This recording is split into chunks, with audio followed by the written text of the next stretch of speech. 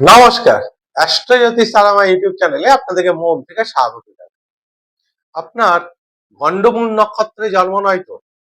বা আপনার না হলেও আপনার পরিবারের বা আপনার সন্তানের গন্ডমূল নক্ষত্রে জন্ম নয় তো?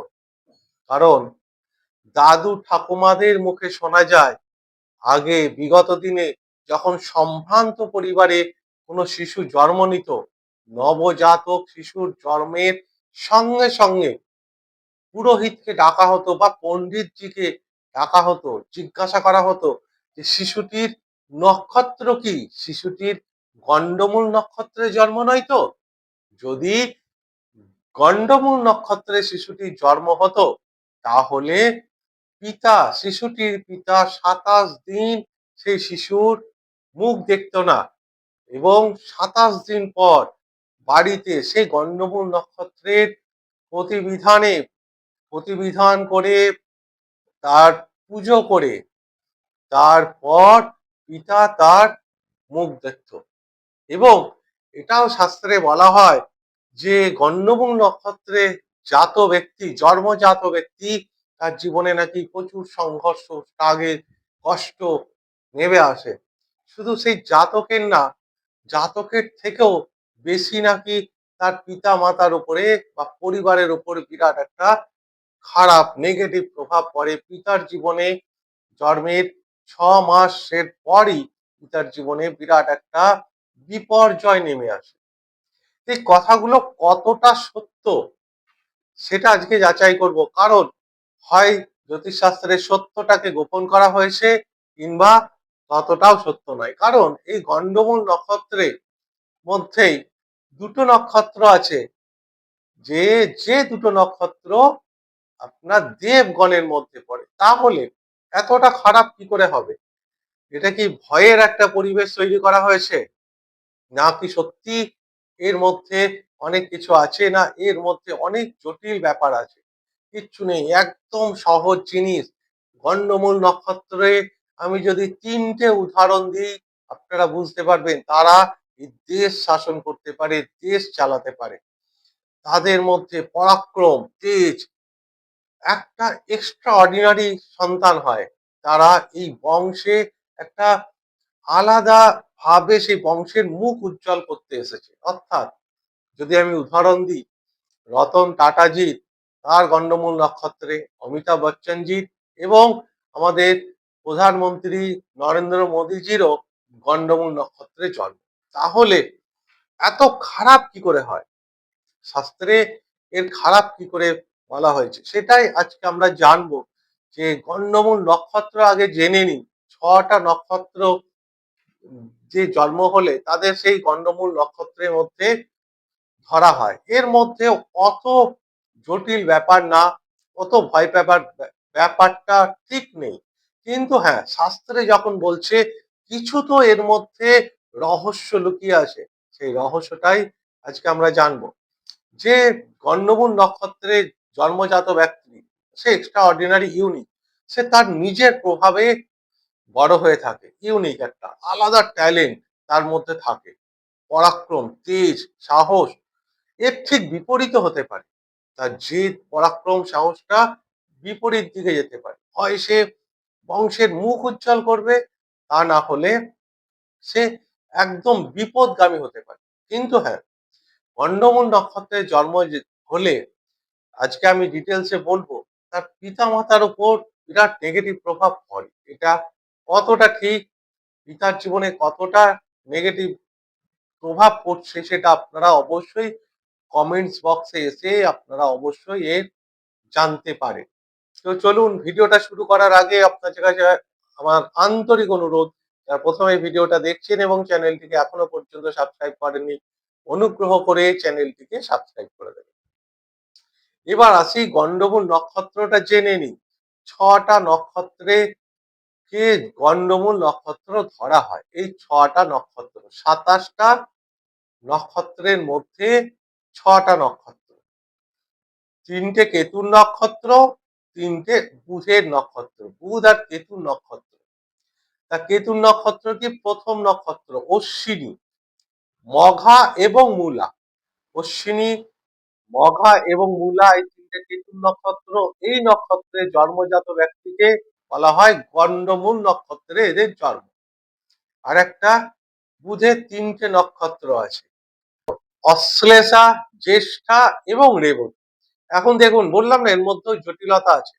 জটিলতা এটাই, অশ্বিনী নক্ষত্র দেবগণের মধ্যে আসে, আর বুধের রেবতী নক্ষত্র এটা দেবগণের মধ্যে আসে। তাহলে দেবগণের মধ্যে থাকলে এতটা খারাপ হয় কি করে? এখানে অনেক প্রশ্ন। তাই গণ্ডমূল নক্ষত্রে জন্ম ব্যক্তিও এই অশ্বিনী এবং রেবতী এই দুটো নক্ষত্রে অতটা খারাপ প্রভাব পড়ে না। তারা অনেক বেশি ইন্টেলিজেন্ট হতে পারে, জীবনে অনেক বেশি জায়গা মানে ভালো জায়গায় প্রতিষ্ঠিত হতে পারে। বাকিও চারটে নক্ষত্র যে আলাদা আলাদা আছে, মঘা, মূলা, জ্যেষ্ঠা এবং অশ্লেষা, এই যে চারটে নক্ষত্র, ছটা নক্ষত্র নিয়ে আজকে আলোচনা করব। এবং দেখুন, একটা নক্ষত্রের যে মাপ বলা হয় সেটা হচ্ছে 13°20'। অর্থাৎ চন্দ্র প্রত্যেক দিন সে একদিনে একটা নক্ষত্র ক্রস করে, 27 দিন লাগে চন্দ্রকলা বলে, 27 দিনে সে 27টা নক্ষত্রকে ক্রস করে। সেই জন্যই বলা হয় যে গণ্ডমূল নক্ষত্রের জন্মজাত ব্যক্তি পিতা 27 দিন পর, এই যে যখন চন্দ্র আবার সেই পুনরায় 27 দিন পর সেই নক্ষত্রে প্রবেশ করে, তখন তার তার পুজো পাঠ করে, সে প্রতিকার করে তারপর তার পিতা সেই সন্তানের মুখ দেখে। এটা নাকি জন্মের 3 মাসের মধ্যে এর বিধান আছে, অর্থাৎ প্রতিকার আছে। যে কোনো সমস্যা যখন আছে, ঋষিরা তার সমাধানও করে গেছে, এবং ভিডিও শেষে আমি এর কি প্রতিকার, গণ্ডমূল নক্ষত্রের কি বিধান, সেটাও আমি পুঙ্খানুপুঙ্খ আলোচনা করব। তো গণ্ডমূল নক্ষত্র আপনারা বুঝে গেছেন, কেতুর তিনটে এবং বুধের তিনটে, এবং এক একটা নক্ষত্র 13°20' করে এর অংশ। এইবার এই 13°20' চারটে ভাগে ভাগ করা হয়েছে, যেটাকে এক একটা নক্ষত্রের পদ বলা হয়, নক্ষত্র পদ বা নক্ষত্র চরণও বলে। সেটা ওই 13°20'কে 4 ভাগে ভাগ করলে হয় 3°20'। তো সেটাও এই 24 ঘন্টা মধ্যে 4 ভাগে ভাগ করে 6 ঘন্টা করে ভাগ করা হয়েছে। তো এইগুলোকে নক্ষত্রের পদ বলে। ধরুন আপনার অশ্বিনী নক্ষত্রে জন্ম, তো সেটাও দেখতে হবে অশ্বিনী নক্ষত্রে কোন পদে জন্ম। অর্থাৎ 3°20' হলে প্রথম পদে, 6°40' হলে দ্বিতীয় পদে, এরকম প্রত্যেকটা নক্ষত্রের 3°20' করে এক একটা চরণ। এখন এই যে আপনার গণ্ডমূল নক্ষত্র, যে 6টা নক্ষত্রে এতে জন্ম তো আপনার হয়ে গেল, এবং কোন চরণে কোন পদে জন্ম, এখানেও ব্যাপার আছে যে গণ্ডমূল নক্ষত্রে জন্ম হলেই যে সব সময় বিরাট খারাপ হবে তা কিন্তু নয়। যেটা উদাহরণ দিলাম আমি এখন, তাহলে যদি শনি মঙ্গলবারে জন্ম হয় আপনার এবং গণ্ডমূল নক্ষত্রে জন্ম হয়, তাহলে এর প্রভাব অনেক নেগেটিভ হয়ে যায়। জীবনে 30 বছর পর্যন্ত ওয়েট করতে হয় উন্নতির জন্য। 30 বছর পর এরা দেশ চালাতে পারে, দেশ শাসন করতে পারে, বিরাট পদ পেতে পারে, প্রতিষ্ঠা পেতে পারে।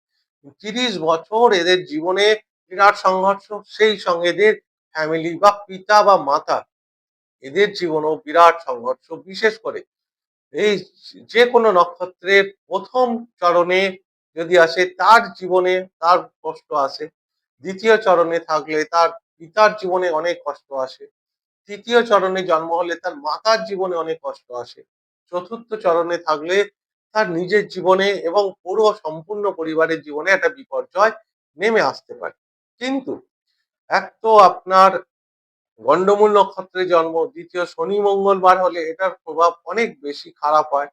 এছাড়াও যদি আপনার স্থির লগ্ন হয়, স্থির লগ্ন 4টে, এই লগ্নে হলেও এর প্রভাব আরো খারাপ হবে। স্থির লগ্ন কি কি?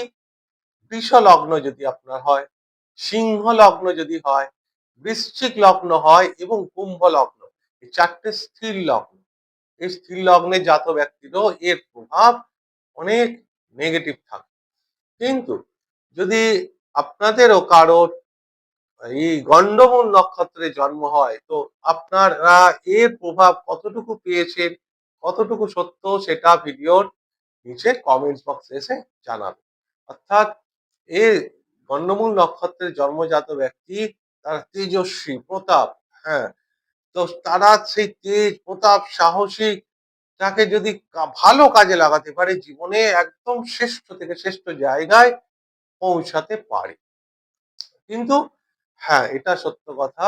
দেখুন, এই গন্ডমূল নক্ষত্রে কিছু তো নেগেটিভ আছে, যে কারণে এই যে কেতুর নক্ষত্রে এবং বুধের নক্ষত্রে আপনার পুষ্কর নবাংশের মধ্যে আসে।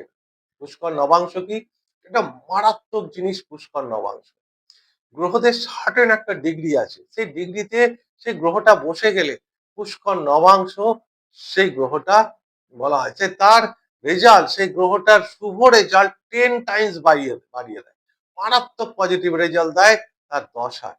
আর সেটা যদি সেই গ্রহটা যদি খুব খারাপ হয় আপনার জীবনে, তার প্রভাব একদম নেগেটিভ প্রভাবটা 10 টাইমস কমিয়ে দেবে।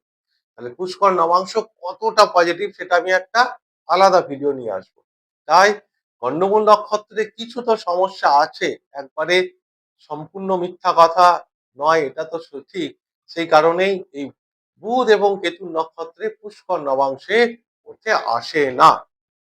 এখন এই তো আপনার গন্ডমূল নক্ষত্র গেল। এখন এর উপায় বা রেমিডি, সে সমস্যা তো আছে, সমাধান কি? সমাধান, হ্যাঁ, জন্মের সময় আপনি জেনে গেলেন যে সন্তানের, শিশুর গন্ডমূল নক্ষত্রে জন্ম, তাহলে কোন চরণে দেখুন, শনি মঙ্গলবার দেখুন, এই লগ্নগুলো আসছে কিনা দেখুন, এবং অশ্বিনী নক্ষত্র এবং রেবতী নক্ষত্র, যেহেতু এই দুটো নক্ষত্র আপনার দেবগণের মধ্যে আসে, তাই এটার প্রভাব অতটা খারাপ আসে না অশ্বিনী এবং রেবতী। বাকি মঘা, মূলা, অশ্বিনী এবং রেবতী নক্ষত্র, যেহেতু এই দুটো নক্ষত্র দেবগণের মধ্যে পড়ে, তাই এদের বিরাট কিছু নেগেটিভ প্রভাব পড়ে না। কিন্তু মঘা, মূলা, জ্যেষ্ঠা এবং অশ্লেষা, চারটে নক্ষত্র মধ্যে যদি শনিবার মঙ্গলবার হয়, আর যদি আপনার বৃষ, সিংহ, বৃশ্চিক, কুম্ভ চারটে লগ্নের মধ্যে হয়, তাহলে নেগেটিভ প্রভাব থাকে। এর যদি দ্বিতীয় পদে হয়, তাহলে পিতার জীবনে অনেক বেশি বিপর্যয় নেমে আসতে পারে। তবুও শুধু নক্ষত্র দেখলে হবে না, তার পুরো জন্মছক বিচার করতে হবে। কিন্তু হ্যাঁ, 30 বছর তার জীবনে একটা বিরাট সংঘর্ষ, চ্যালেঞ্জ থাকে। এর উপায়, রেমিডি, ঋষিরা উপায়ও করে গেছে। প্রথম হচ্ছে যে 27 দিন, 27 দিনে এর পুজো। পুজো কি করে করবেন, উপায়, রেমিডি কি? এর উপায়, একটাই উপায় আছে, সেটা হচ্ছে সঠিক ব্রাহ্মণকে দিয়ে বাড়িতে এই যে আপনার নক্ষত্র অধিপতি, সেই দেবতার পুজো করা। অনেকে নক্ষত্রের অধিপতি দেবতা পুজো করতে পারবেন। তখন আপনি বাড়িতে সত্যনারায়ণের পুজো দিন, সেই সন্তানের নামে সেই পুজোটা হবে। এবং যার এই নক্ষত্র গণ্যমূল নক্ষত্রে জন্ম, তার নামেই হবে। সত্যনারায়ণের পুজো দিন। নবগ্রহ এখানে যে পুজো করবেন, পুরোহিতকে ভালো করে বুঝিয়ে দেবেন যে নবগ্রহ যেন গ্রহ শান্তির পুজো হয়, নক্ষত্রের পুজো হয়, নক্ষত্রের অধিষ্ঠাতা দেবতা তার পুজো হয়। যেমন ধরুন অশ্বিনী নক্ষত্র, এই দেবতাই হচ্ছে অশ্বিনী নয়, অর্থাৎ এই সূর্যের আর একটা দেবতায়। সেরকমই ইন্দ্র দেবতা আছে, বরুণের, প্রত্যেকটা নক্ষত্রে আলাদা আলাদা দেবতা আছে। তো সেই দেবতার পুজো করা এবং মহামৃত্যুঞ্জয় মন্ত্র পাঠ করা, এটা একটা অনবদ্য রেজাল্ট দেয়। এবং দেখুন, এর সঙ্গে হনুমান চালিসা পাঠ করলে তো এই যে গণ্যমূল নক্ষত্র কেন, সব নক্ষত্রেরই এর প্রভাব পুরোপুরি কেটে যায়। কিন্তু এটা বিশ্বাস করতে হবে। যারা ফল পেয়েছে তারা জানে যে বজরংবলীর প্রভাব কি, তিনি এখনো আছেন, এটা ফিল করার মতো ব্যাপার। আপনি যদি তাকে ফিল করতে পারেন, অবশ্যই তার প্রতি আপনার বিশ্বাস, শ্রদ্ধা, ভক্তি 10 গুণ বেড়ে যাবে, তাই না? অনেকে আছে রোজ হনুমান চালিসা পাঠ করে, রোজ 10 বার পাঠ করে, এরকম হ্যাঁ, তো বহু মানুষ আছে। হনুমান চালিসা পাঠ করলে এর প্রভাব কেটে যায়, কিন্তু পুরোপুরি এর প্রভাব কাটাতে গেলে আপনার বাড়িতে এই আপনার সত্যনারায়ণের পুজোর সঙ্গে গ্রহ শান্তি এবং নক্ষত্রের পুজো অবশ্যই বিধান মতে করা উচিত। যাই হোক, এই গেল আপনার সম্পূর্ণ ভিডিওটা। যদি ভিডিওটা ভালো লাগে তাহলে অনুগ্রহ করে চ্যানেলটিকে সাবস্ক্রাইব করতে ভুলবেন না। ভিডিওটিকে লাইক এবং শেয়ার অবশ্যই করবেন। আমি ঈশ্বরের কাছে প্রার্থনা করি সকলেই ভালো থাকুন এবং সুস্থ থাকুন। নমস্কার।